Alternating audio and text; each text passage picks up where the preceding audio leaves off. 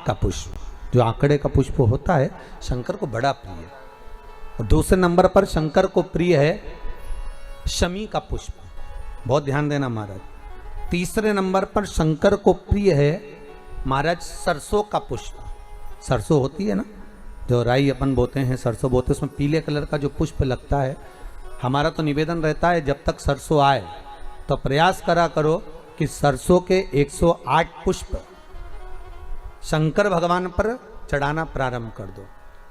महाराज ये पक्का है कि वर्ष भर कोई बड़ी बीमारी आपको घेर नहीं सकती अगर सरसों के फूल शिव को चढ़ रहे हैं तो।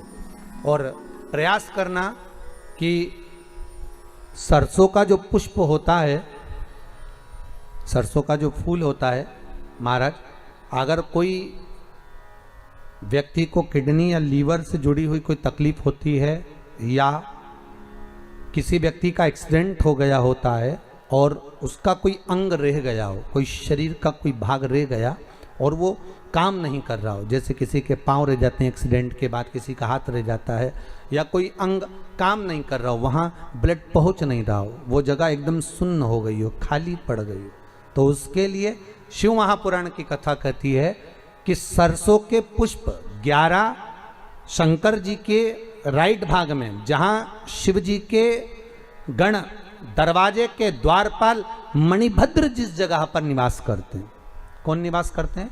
मणिभद्र। शंकर जी के दरवाजे के द्वारपाल हैं मणिभद्र जी। तो मणिभद्र दरवाजे के द्वारपाल में राइट भाग में मणिभद्र जी विराजते हैं। मतलब राइट भाग कौन सा हुआ? जब आप मंदिर से बाहर निकलेंगे तो राइट भाग, मंदिर में प्रवेश करेंगे जब राइट नहीं होना चाहिए, आप मंदिर से जब जाएं तो राइट भाग।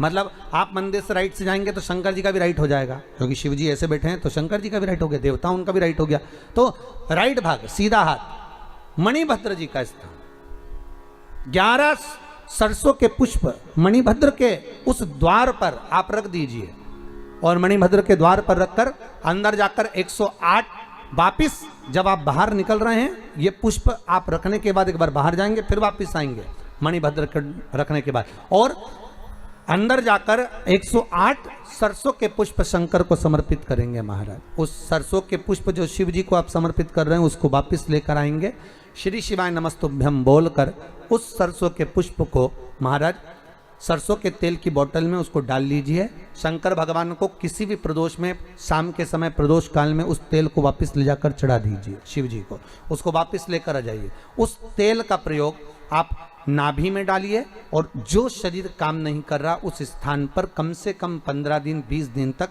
उसकी मालिश करना प्रारंभ करिए। बाबा चाहेगा तो चलाने का प्रयास कर देगा और वो अंग, वो शरीर काम करने लगेगा। मणिभद्र का स्मरण। श्री शिवाय